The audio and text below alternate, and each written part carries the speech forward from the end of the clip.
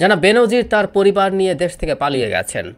যখন একটা নিউজ এসেছিল যে তার বিদেশ যাওয়ার ক্ষেত্রে নিষেধাজ্ঞা দেওয়ার আবেদন করা হবে আদালতের কাছে, তখন অনেকেই এই শঙ্কা প্রকাশ করেছেন। আমি আমার একটা ভিডিওতেও বলেছি যে তিনি আদৌ দেশে আছেন কি না। তারপর আবার অনেকে আমরা বলছিলাম ইনফ্যাক্ট তাকে যেহেতু দুদক ডেকেছে 6 জুন, তখনই বোঝা যাবে উনি আসলে দেশে আছেন কি নেই। গতকাল রাতে একটা পর্যায়ে প্রত্যেকটা মিডিয়াতে মোটামুটি নিশ্চিতভাবে বলা হয়েছে উনি দেশে নেই। এক এক জায়গায় এক এক রকম তথ্য। কেউ কেউ বলছেন উনি দুবাই চলে গেছেন সপরিবারে, আরেক জায়গায় দেখলাম যে তিনি সিঙ্গাপুর গেছেন স্ত্রীর চিকিৎসার নামে, এবং এগুলো গেছেন যখন এই দুদকের যাবতীয় প্রসেস শুরু হয়েছে তারও আগে, মে মাসের শুরুর দিকে উনি চলে গেছেন। উনি আসলে দেশে নেই। আমি আসছি জনাব বেনজিরের কথায়। আমি এরকম আরেকটা পলায়নের ঘটনা মনে পড়লো তার পলায়ন দেখে। সেটা হচ্ছে পিকে হালদার। আমাদের মনে আছে এই লোক ব্যাংকে ছিলেন, তারপরে নন ব্যাংক ফিনান্সিয়াল যে ইনস্টিটিউট এগুলোতে ছিলেন। ৩,৫০০ কোটি টাকা অন্তত পাচার করেছেন বিভিন্ন দেশে, মূলত কানাডায়। সেই পিকে হালদার দেশ থেকে পালিয়ে গিয়েছিলেন। প্রথম কথা হচ্ছে তার আগে যখন তার বিরুদ্ধে মামলা হয়, 34টা মামলা মাথায় নিয়ে অতি 3 বছর পালিয়েছিলেন দেশের ভেতরে। পরে দেশ থেকে উনি পালিয়ে যান ভারতে, একেবারে রীতিমতো মানে অন্য কোনো বর্ডার টর্ডার চুরি করে ক্রস করে না, বেনাপোল দিয়ে পালিয়ে যান। মানে দুদকের যে চিঠি আছে তার বিদেশ ত্যাগের যে নিষেধাজ্ঞার যে চিঠি, সেটা পৌঁছার 13 মিনিট আগে, এবং হাইকোর্ট রীতিমতো দুদককে তুলোধুনো করেছিল যে দুদক তাকে পালিয়ে যাওয়ার সুযোগ করে দিয়েছে একদম ক্লিয়ারলি, কারণ দুদক চিঠি দিতে দেরি করেছে। এবং হাইকোর্ট বলেছে যে এই ইন্টারনেটের যুগে কাগজে চিঠি লিখে সেটা পাঠানো কেন। সুতরাং এই ধরনের একটা বাস্তবতা আছে। এবং আরেকটা ব্যাপার আছে এখানে ইম্পর্টেন্ট, সেটাও বলে রাখা ভালো। যারা পিকে হালদার কিন্তু দেশে ফিরে আসতে চেয়েছিলেন, উনি আজও ফিরে আসেননি, ওনাকে আনা হয়নি, আমরা এভাবে বলবো।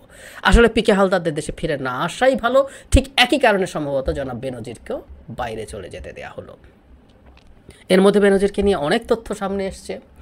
একটা আমরা দেখেছি, যেটা আমি আমার প্রথম একটা ভিডিওতে প্রেডিক্ট করেছি, যখন তার ব্যাংক অ্যাকাউন্ট জব্দ করা এবং তার সম্পত্তি ক্রোক করার আদেশ হয়েছিল, তখন বলেছিলাম তার ব্যাংক তো খালি করার জন্য যথেষ্ট সময় দেওয়া হয়েছে। জমি যেহেতু ট্রান্সফার করা এত সোজা না, ক্রেতা পাওয়া বিক্রি করা it's not that easy. So ওটা থেকে গেছে তার নামে, সে কারণেই আমরা সেই জমি এবং ফ্ল্যাটের সে অবিশ্বাস্য তথ্য পাই। কিন্তু একটা টিভি চ্যানেলের নিউজে দেখলাম তিনি 100 কোটি টাকার এফডিআর ভাঙিয়ে বেশ আগেই তুলে ফেলেছেন, এবং সেগুলো মানি লন্ড্রিং করে মানে পাচার টাচার করে দিয়েছেন। আবারও বলে এই 100 কোটি টাকা, তার যে 600 কত একর বা বিঘা জমি, 4টা গুলশানের ফ্ল্যাট, আরও কোথায় কোথায় কী যেন আছে, এগুলো সব আসলে দেশে থাকা সম্পদের এক অংশ। বিদেশের কয়েক গুণ সম্পত্তি উনি এর আগেই পাচার করে রেখেছেন, কোনো সন্দেহ নাই। এইটুকু বুদ্ধি জনাব বেনজির না, তার চেয়ে অনেক বোকাশোকা লোকেরও থাকে। আর রীতিমতো এই লোক ভয়ঙ্কর কানিং একজন মানুষ, তার এই বুদ্ধি না থাকার কোনো কারণ নেই। কিন্তু টাকা তুলে ফেলেছেন এবং সেগুলো নিয়ে গেছেন। আরেকটা অপশান হচ্ছে এটা, সরকারি আসলে যাবতীয় তথ্য দিয়ে তাকে পালিয়ে যেতে দিয়েছে।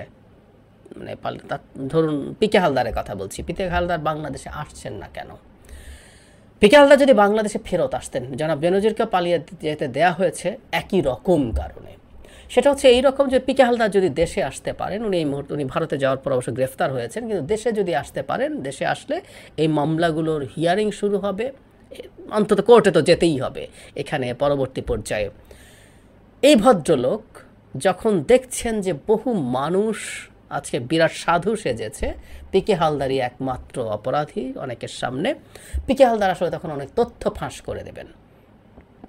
খুব স্বাভাবিকভাবেই তার ক্ষুব্ধতা থাকবে, রাগ থাকবে, ন্যায্য কারণেই থাকবে। এই যে উনি 3,500 কোটি টাকা পাচার করেছেন, দিনের পর দিন এই ব্যাংক এবং এই নন ব্যাংকিং ফিনান্সিয়াল ইনস্টিটিউটগুলো লুট করছিলেন, তখন কি অনেকেই এটা জানতো না, দেখে নাই? উনি 3,500 কোটি টাকা লুট করে পাচার করেছেন, আরও বহু টাকার বখরা কি বিভিন্ন দিকে যায় নাই? নিশ্চিতভাবেই গেছে, নিশ্চিতভাবেই গেছে। সুতরাং ওই মানুষজন আজকে বিরাট সাধু হয়ে থাকবে সমাজে, সেটা পিকে হালদারদের চাওয়ার কথা না। সুতরাং পিকে হালদার এই শুনানি সহ যাবতীয় জায়গায় এই কথাগুলো বলে ফেলার সম্ভাবনা থাকে, এবং এতে বহু রাঘব বোয়াল, পিকে হালদারের চেয়ে আরও অনেক বড় বড় বিগ শটের নাম বেরিয়ে আসতে পারে। একই ঘটনা আসলে বেনজিরের ক্ষেত্রেও হতে পারত। বেনজির যা যা করেছেন, যে দম্ভ দেখিয়েছেন, যে আস্ফালন দেখিয়েছেন, তার সাথে রাষ্ট্রের অনেক অনেক উঁচু পর্যায়ের মানুষজন সরাসরি কানেক্টেড। কী সার্ভ উনি করেছেন এবং যে টাকা উনি অর্জন করেছেন সেই টাকারও বখরা বহু জায়গায় গেছে, বহুভাবে গেছে।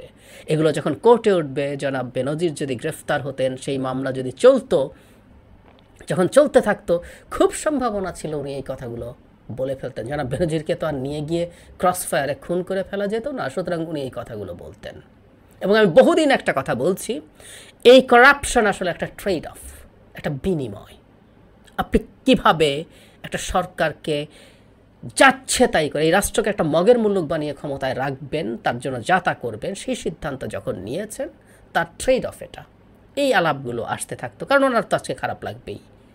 উনি আজকে খারাপ হয়ে গেছেন, আর বাকি সবাই সাধু। ওনাকে চাকরি দিয়েছেন, কার চাকরি উনি করছেন, কার হয়ে এসব করছেন, বহু বহু নাম, বহু বহু ঘটনা, এবং আরও স্পেসিফিক তথ্য সামনে আসা শুরু হতে পারত।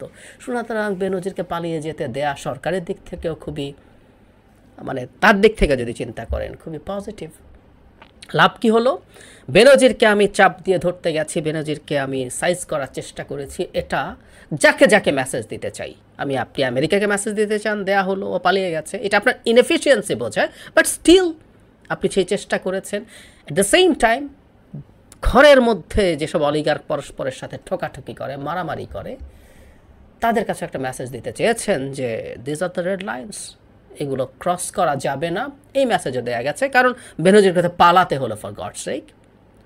দেশে এখনও বেশ কয়েকশো কোটি টাকার সম্পত্তি রয়ে গেছে, বাইরে প্রচুর পাচার হয়েছে, কিন্তু তাকে পালিয়ে থাকতে হচ্ছে। যে দাপট নিয়ে, হ্যাডাম নিয়ে দেশে ছিলেন এই ভদ্রলোক, একমাত্র আইজি যিনি 6 জন পুলিশের প্রোটোকল নিয়ে চলেছেন।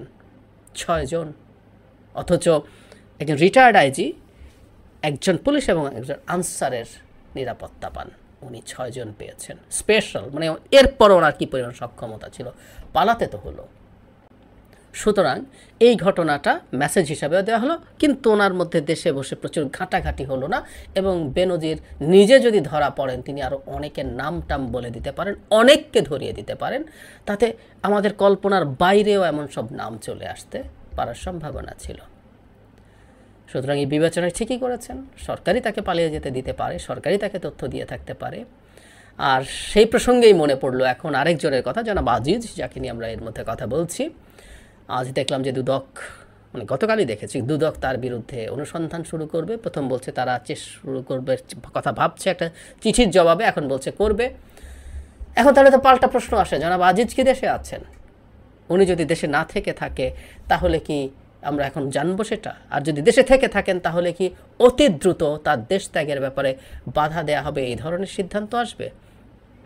জনাব বেনজিরের ক্ষেত্রে তাকে দেশে রাখার ঝুঁকি যদি থেকে থাকে, যেটার কথা আমরা বললাম, যেটা আমরা ধারণা করতে পারি যৌক্তিকভাবে, সেটা যদি হয় তাহলে সম্ভবত জনাব আজিজকেও পালিয়ে যেতে দেয়া হবে।